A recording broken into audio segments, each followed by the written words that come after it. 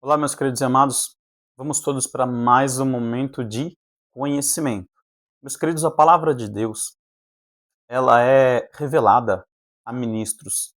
Em Efésios 4, nós vamos ver apóstolos, profetas, mestres, pastores e evangelistas. Meus queridos, cada um desses ministros tem uma função na igreja.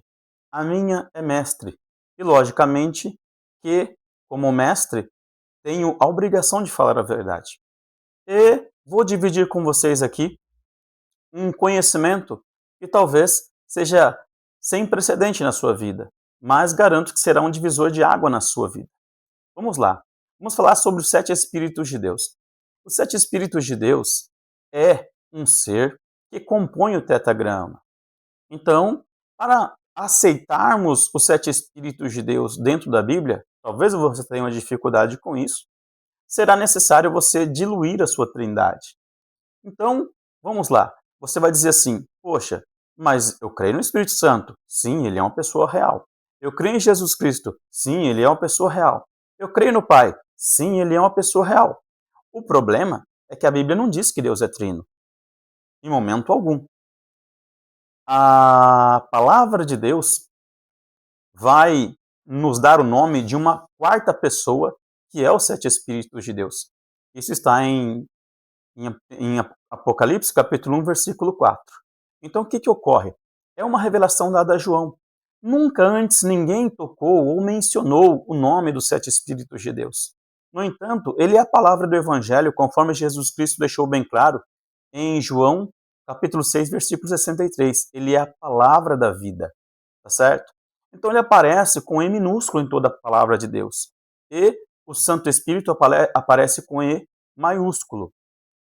E como aqueles que traduziram a Bíblia até nós são pastores, eles não possuem palavra de sabedoria e de ciência, eles erram em alguns aspectos. É evidente que o Espírito Santo usaria homens para traduzir a palavra de Deus para nós, tá certo? Então, como o Senhor levanta digamos, a seu bel prazer, porque ele é soberano, a, a autoridade de levantar ministro, ela pertence a Cristo e não à igreja, e não uma denominação ou a Roma. Esse poder é exclusivamente de Cristo. Então Deus me trouxe agora para falar à igreja e trazê-la, né, a essa razão, a essa necessidade de crescer na graça e no conhecimento. Porque religiosamente você conhece o que é graça, mas biblicamente lhe falta o conhecimento. E sem conhecimento, você pode ter graça, mas não pode ser salvo. Por quê? O Senhor Jesus disse que muitos vão chegar naquele dia dizendo: Senhor, eu profetizei, eu curei, eu expulsei demônios, em seu nome fiz muitas maravilhas. E o que o Senhor falou para eles? Falará, né? Apartai-vos de mim, vós que praticais a iniquidade. Então, não adianta você conhecer graça, né? Ser cristão, seja evangélico ou católico, ter dons, não adianta.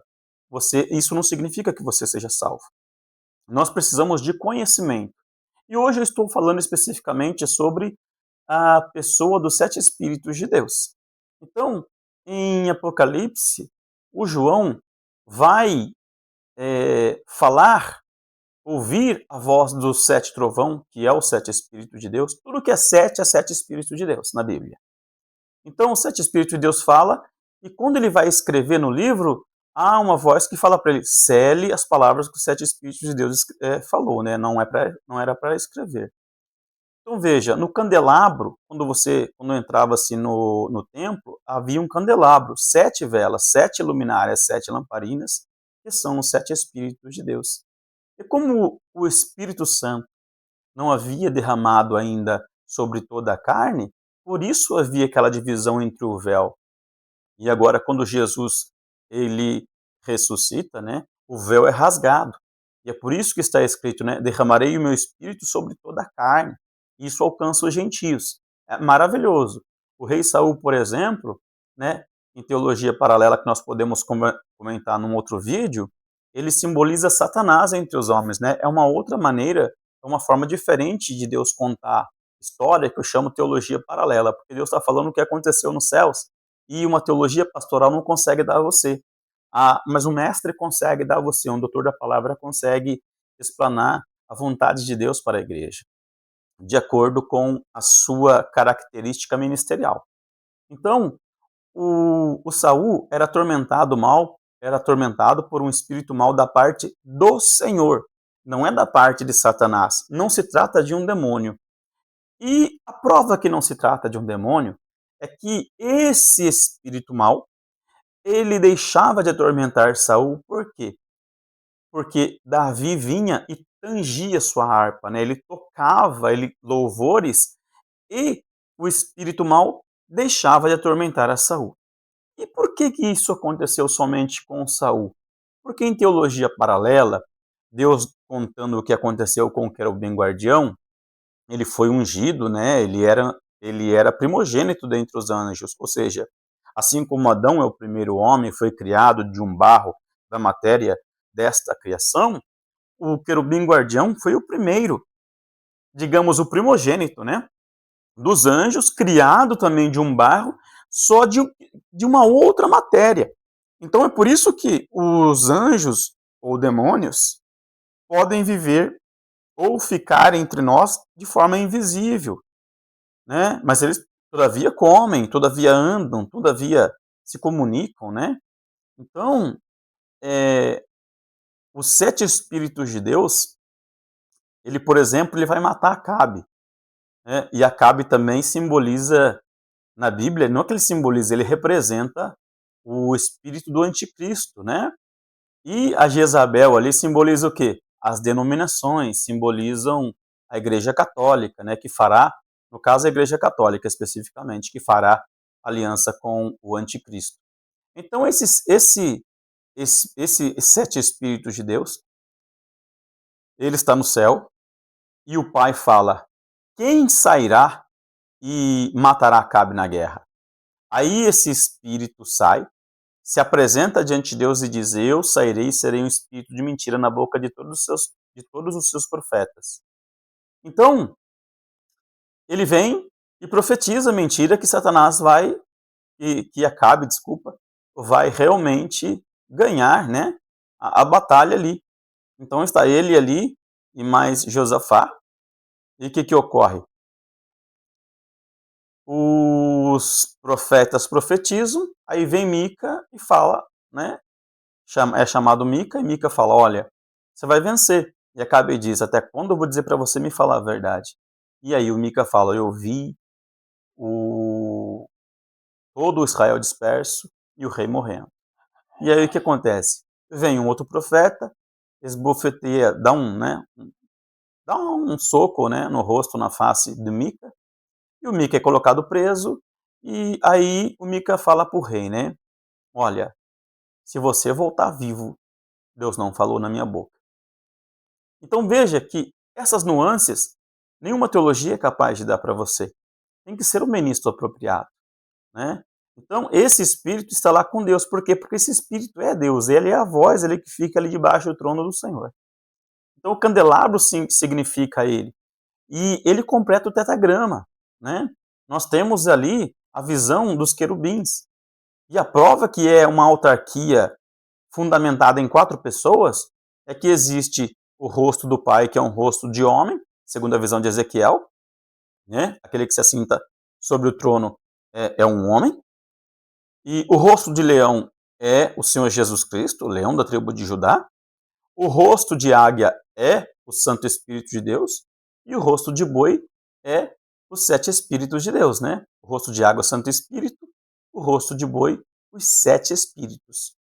Então veja que por que o rosto de boi ele simboliza os 7 Espíritos? Porque quer sejam os animais, as almas dos animais, as almas dos homens e as almas dos anjos, é proveniente dos 7 Espíritos de Deus. Ele é o fôlego de vida de toda a carne, dos animais, dos anjos e dos homens. E o Santo Espírito só é concedido à igreja e a ninguém mais. Então, os 7 Espíritos de Deus, ele é o fôlego de vida que Adão recebeu nas narinas. Então é Ele que mantém o corpo de pé e nos faz viver. E quando Ele decide sair das nossas narinas, o que acontece? Nós morremos. E aí, o corpo cai no chão, o espírito volta a Deus que o deu, e a alma, quer ser salva ou quer ser condenada, vai para um lugar distinto, né? Então, corpo, alma é alma e espírito é Deus. É esse o ser que nos mantém de pé. Porque nós somos templo. Esse templo é de quem? É de Deus. Então, nós compartilhamos como pessoas um mesmo templo, um mesmo lugar. De forma que somos inquilinos. A nossa alma é uma inquilina do templo de Deus. Por isso, a nossa alma deve adorar a Deus, porque ela está vivendo dentro do templo. Então veja bem, é uma forma de destruir o templo o fato de expor esse templo ao pecado. E é por isso que Deus disse que quem destruir o templo será destruído.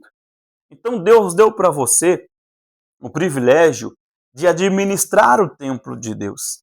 Então logo o corpo não é seu.